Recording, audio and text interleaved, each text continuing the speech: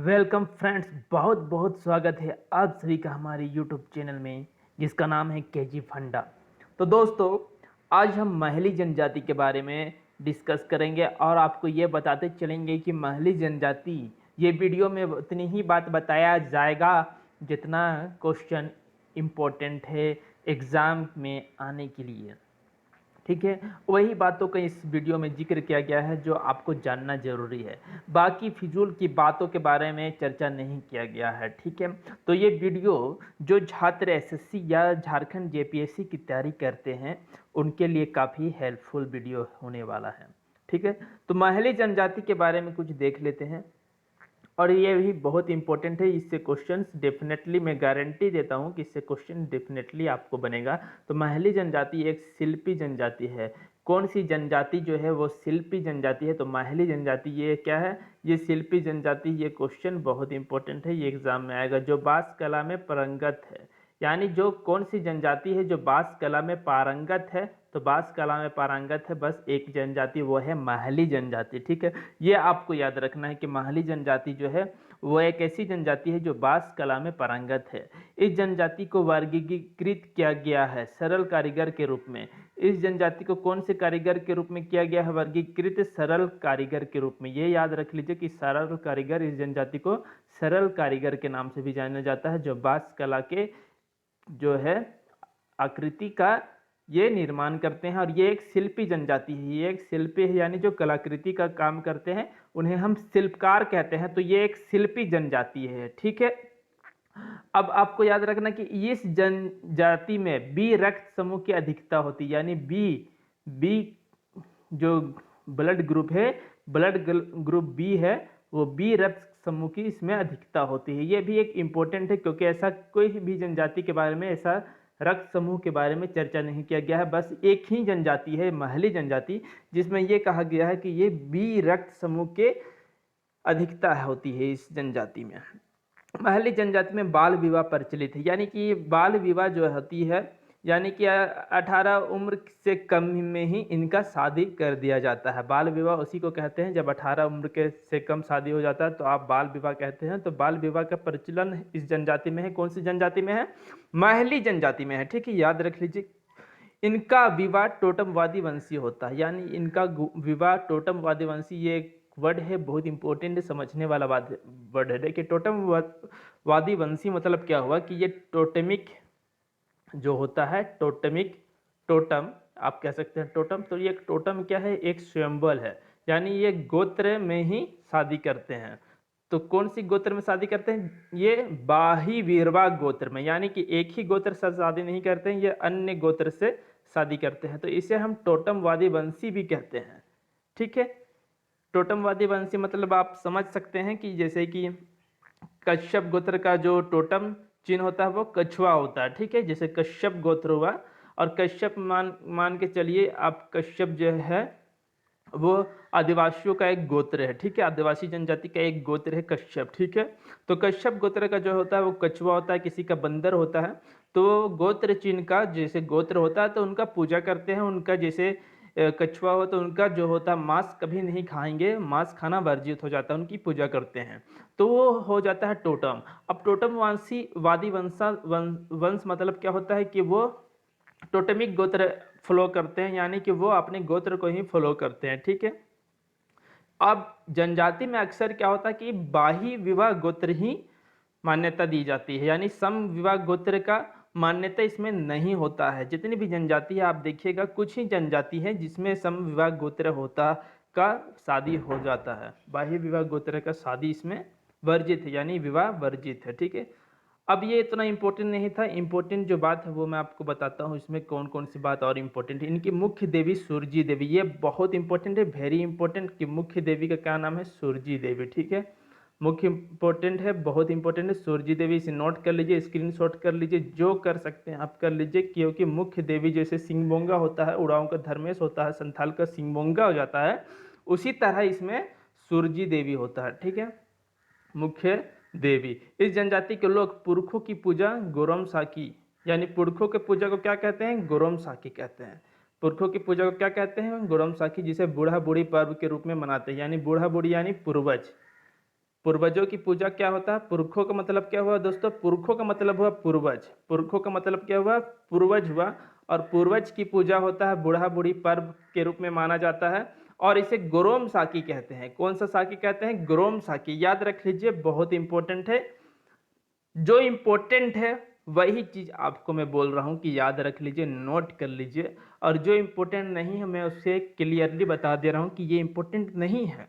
तो आपको बेहतर होगा कि जो जो चीज़ इम्पोर्टेंट है वो चीज़ इस वीडियो में हाईलाइट खुद ब खुद कर दिया गया है। देखिए ये हाईलाइट है, ये हाईलाइट है। तो आप इस सब चीज़ों को एक नोट्स बना लीजिए, आपको याद करने के लिए ज़्यादा सहूलियत होगा। अगर आपको एग्ज़ाम निकालना है, क्वालिफाई करना है एग्ज़ाम, तो आपको ये सब चीज़ जो मैं बता रहा हूँ वो करते जाइए। सिल्ली क्षेत्र में ये जनजाति उत्तुर पूजा करते हैं। जो महली जनजाति है वो सिल्ली क्षेत्र में, सिल्ली क्षेत्र में, ये सिल्ली क्षेत्र है, ये रांची जिला में आता है। तो सिल्ली क्षेत्र में उत्तुर पूजा करते हैं। ठीक है, ये इंपॉर्टेंट है लेकिन वेरी इंपॉर्टेंट इसे आप नहीं कह सकते हैं। ठीक है, ये एग्जाम में पूछने का कम चांस है, लेकिन पूछने का चांस सबसे ज़्यादा ही ये मुख्य देवी सूरजी देवी है। गुड़ाम साकी क्या है? बूढ़ा पूड़ी पर्व है। ठीक है, अब वधु मूल्य को क्या कहते हैं वो देख लीजिए। वधु मूल्य को कहते हैं पौन टका।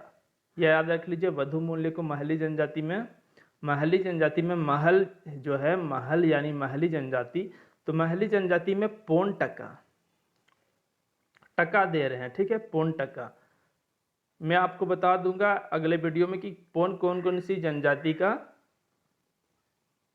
ये वधु मूल्य है। ठीक है, ये एक बहुत ही सिंपल ट्रिक है, जिसे याद करने के लिए मैं आपको एक ट्रिक बता दूंगा कि कौन कौन सी जनजाति है। 32 जनजाति में कौन कौन सी जनजाति है जिसका वधु मूल्य पौन टका है, यानी पौन भी कहते हैं या पौन टका कहते हैं। ठीक है, अब देखिए जातीय पंचायत क्या हुआ? जातीय पंचायत हो गया परगनेत, ये इंपॉर्टेंट है। जातीय पंचायत क्या हुआ? परगनेत हो गया। अब यहाँ पे अगला जो बात है, रिजले द्वारा महली जनजाति को 5 उपजातियों में विभाजित किया गया है। Very very important, very very important कि रिजले के द्वारा महली जनजाति को कितने भाग में विभाजित कर दिया गया है? 5 जनजाति में 5 भागों में विभाजित कर दिया गया है। चलिए उसके बारे में चर्चा करते हैं। और ये जो मैं बता रहा हूँ कि रिजले के द्वारा 5 भागों में विभाजित कर दिया गया है, ये बहुत इंपॉर्टेंट है। ठीक है, और इसे ही याद रख लीजिए कि बांस पहला है महली, बांस फोड़ महली, यानी टोकरी बनाने वाला। जो टोकरी बनाता है उसे हम क्या बोलते हैं? बांस फोड़ महली। तूड़ी जनजाति भी टोकरी बनाने का कार्य करते हैं। एक तूरी जनजाति है, वो भी टोकरी बनाने का कार्य करते हैं। और तूरी जनजाति झारखंड की जनजाति नहीं है। तूरी जनजाति झारखंड की जनजाति नहीं है। तो आप बस याद रख लीजिए, बांस फोड़, बांस को फोड़ेगा। जैसे बांस है दोस्तों, ये बांस है, तो बांस को फोड़ेगा, काटेगा, तो ये क्या करेगा? फोड़ के टोकरी बनाएगा। ये क्या बनाएगा? टोकरी बनाएगा। तो ये जो टोकरी बन रहा है, तो बांस को फोड़ के काट के बन रहा है। तो बांस फोड़ महली जो है वो टोकरी बनाने से वाली जनजाति है। ठीक है, वो टोकरी बनाने वाली महली जनजाति है। ठीक है, अब पातर महली, ये खेतिहार, खेतिहार काम करने वाले, ये मुख्य रूप से तमार क्षेत्र में पाए जाते हैं। ये मुख्य रूप से कहाँ पाए जाते हैं? बुंडू तमार जो क्षेत्र है वहाँ पाए जाते हैं। ठीक है, अब देखिए पातर महली है। अब खेत में आप देखिएगा एक चीज है, खेती करिएगा तो आप देखिएगा कि खेती में पातर पातर ये हो जाता है। ये खेत में पातर पातर जो होता है रास्ता होता है एक खेत से दूसरे खेत में जाने में के लिए। देखिएगा कभी खेत या में जाइएगा तो देखिएगा ये रास्ता होता है एक खेत से दूसरे खेत में जाने में, और यहाँ पे खेती किया जाता है। ठीक है, यहाँ पे खेती किया जाता है और पातर पातर रास्ता होता है। तो आपको एक याद रखने का एक लॉजिक मैं बता दे रहा हूँ कि पातर महली जो होता है वो खेत में काम करने वाले महली होते हैं। अगर आप ऐसे याद नहीं रखते हैं तो ऐसे ये भी याद रख लीजिए कि जो जो खेत में काम करते हैं। ठीक है, तो खेत में काम करने वाले लोग काम करते करते बहुत पातर हो जाते हैं। आप देखिएगा कि मोटा व्यक्ति खेत में बहुत ही कम काम करता है। जितना भी किसान या कृषक होता है वो खेत में जो काम करने वाला होता है वो पातर होता है, यानी पतला दुबला होता है। तो पातर महली से आपको याद रखना है, किसी भी तरह आप याद रख लीजिए, किसी भी लॉजिक लगा के, कि पातर महली जो होता है खेतिहार काम करने वाला जो महली होता है उसे हम पातर महली कहते हैं, खेत में काम करने वाला। सोलंकी महली मतलब मजदूर, सोलंकी। ठीक है, मजदूर काम करने वाले, जैसे किसी के घर में कुछ कंस्ट्रक्शन का काम हो गया यानी मजदूरी का काम हुआ है, ईंटा बोहने का काम हो गया या किसी तरह का रेजा या कुल्ली का काम हो गया, वो सोलंकी महली है। ठीक है, उसका क्या नाम है? सोलंकी महली, सोलंकी। ठीक है, सोलंकी महली। ठीक है ना, वो क्या है, कौन सी महली है? सोलंकी महली। आपसे बस इसी तरह पूछ सकता है एग्जाम में कि खेतिहार काम करने वाले महली को कौन सी महली कहा जाता है। ऑप्शन रहेगा 4, तांती महली, सोलंकी महली, पातर महली, बांसफोड़ महली। ठीक है, इस तरह से ऑप्शन रह सकता है, यानी मजदूरी या कृषि कार्य करने वाले महली कौन से हैं, तो आपको इस तरह से याद रखना है। ठीक है, तो ये सारी जो चीज़ है बहुत इंपॉर्टेंट है। अब देखिए तांती तांती महली, सोलंकी महली देख लिया। तांती महली, पालकी ढोने वाला, शादी विवाह के अवसर पर बाजा बजाने एवं पालकी ढोने का कार्य। जैसे शादी विवाह का जब अवसर होता है तो आप देखिएगा कि कुछ लोग जो होते हैं बाजा उजा वगैरह बजाते हैं, और कुछ लोग होते हैं पालकी को ढोते हैं, यानी जिसमें जो दुल्हन आती है बैठ के वो पालकी ढोते हैं। तो जो महली जनजाति इसमें महली को बांटा गया है, तो जो महली जनजाति जो पालकी ढोने का कार्य करते हैं और शादी विवाह के अवसर में बाजा बजाने का कार्य करते हैं, उसे हम बोलते हैं ताती महली। क्या बोलते हैं? ताती महली, यानी तांता लग जाता है। आप देखिएगा कि बारात जब आता है तो वहाँ पे तांता लग जाता है, लोगों का तांता लग जाता है। क्या लग जाता है? लोगों का तांता लग जाता है। तो आप इस तरह से याद रख लीजिए कि जहाँ लोगों का तांता लग जाता है वो हो जाता है तांती महली। और तांता कहाँ लगता है? तांता आपका लगता है जब बारात आता है, यानी तांता महली जो होती है, तांती महली, वो बारात में पालकी ढोने और बाजा बजाने का कार्य करते हैं। ठीक है, इस तरह से आप याद रखिए। अब माहली मुंडा, एक होता है महली मुंडा। महली मुंडा दोनों कार्य करते हैं, मजदूरी एवं कृषि कार्य करते हैं। ठीक है, ये दोनों कार्य करते हैं महली मुंडा। ठीक है, याद हो गया। 5 महली है, 5 प्रकार का। इसे विभाजित किया है रिजले ने। इसे किसने विभाजित किया है? रिजले द्वारा। ये इंपॉर्टेंट है। ठीक है, तो रिजले द्वारा ही, जैसे कि आपको बता देता हूँ कि रिजले द्वारा ही मुंडा जनजाति को 340 गोत्र में विभाजित किया गया है। 340 गोत्र में मुंडा जनजाति को रिजले के द्वारा विभाजित किया गया है। ठीक है, अब हम लोग आगे देखते हैं। यह जनजाति का संबंध द्रविड़ प्रजाति समूह से है। देखिए, महली जनजाति का संबंध कौन सी जनजाति से है? द्रविड़ प्रजाति समूह से है। द्रविड़ प्रजाति, प्रोटोस्ट्रेड ये नहीं है, ये द्रविड़ प्रजाति समूह से है, संबंधित है। ठीक है, महली जनजाति में बाल विवाह और युवा दोनों विवाह प्रचलित है। मैं पहले भी बता चुका हूँ कि इस जनजाति में बाल विवाह प्रचलित है और यहाँ पे युवा विवाह दोनों विवाह प्रचलित है। वधु मूल्य को क्या बोलते हैं? वधु मूल्य को बोलते हैं पौन टका। महली जाति पंचायत प्रमुख क्या होता है? परगनेत होता है। ये याद रख लीजिए। प्रमुख देवता मैं पहले भी बता चुका हूँ, सूरज देवी होता है। सूरज देवी जो होता है प्रमुख देवता होता है, यानी सर्वप्रमुख जो देवता होता है वो होता है सूरज देवी। अन्य देवता का हम देख लेते हैं, अन्य देवता कौन कौन सा है। अन्य देवता बड़ पहाड़ी या मनसा देवी। अन्य देवता ये भी याद रख लीजिए कि अन्य देवता कौन है? बड़ पहाड़ी और मनसा देवी जो होती है वो अन्य देवता होता है। ठीक है, महली के सांस्कृतिक विरासत बहुत धनी है, यानी इनका जो सांस्कृतिक विरासत है वो बहुत ही धनी है, संस्कृति बहुत ही अच्छा है, समृद्ध है, तो बहुत ही धनी है। संगीत सृजन नाम के संस्था के अधिकांश सदस्य महली जनजाति के ही हैं। एक संगीत सृजन नाम का एक संस्था है। अब देखिएगा दोस्तों कि एक संगीत सृजन नाम का एक संस्था है जिसमें अधिकांश जो लोग हैं वो महली जनजाति के ही पाए गए हैं। तो संगीत के लिए ये बहुत ही, संस्कृति इनकी बहुत ही धनी है, बहुत ही समृद्ध है संगीत के लिए। नागपुरी के महान गीतकार जो महली जनजाति से संबंधित है वह है घासीराम। वो क्या है? घासीराम, जिन्हें लोग नागपुरी के विद्यापति कहते हैं। बहुत इंपॉर्टेंट है VVI। देखिए, मैं एग्जाम के पॉइंट से ही बताता हूँ। और VVI, अगर आप अभी तक हमारे चैनल से नहीं जुड़े तो जुड़ जाइए, क्योंकि आपको एग्जाम पॉइंट के व्यू से 100% टू द पॉइंट के माध्यम से मैं आपको वीडियो बता रहा हूँ कि ये क्वेश्चन पूछ सकेगा। अगर आपको मैं बता रहा हूँ कि घासीराम नागपुरी के विद्यापति किसे कहा जाता है। ठीक है, महली जनजाति के बारे में एक क्वेश्चन यहाँ से मान लीजिए आपको दे देता है कि नागपुरी के विद्यापति किन्हें कहते हैं? घासीराम को।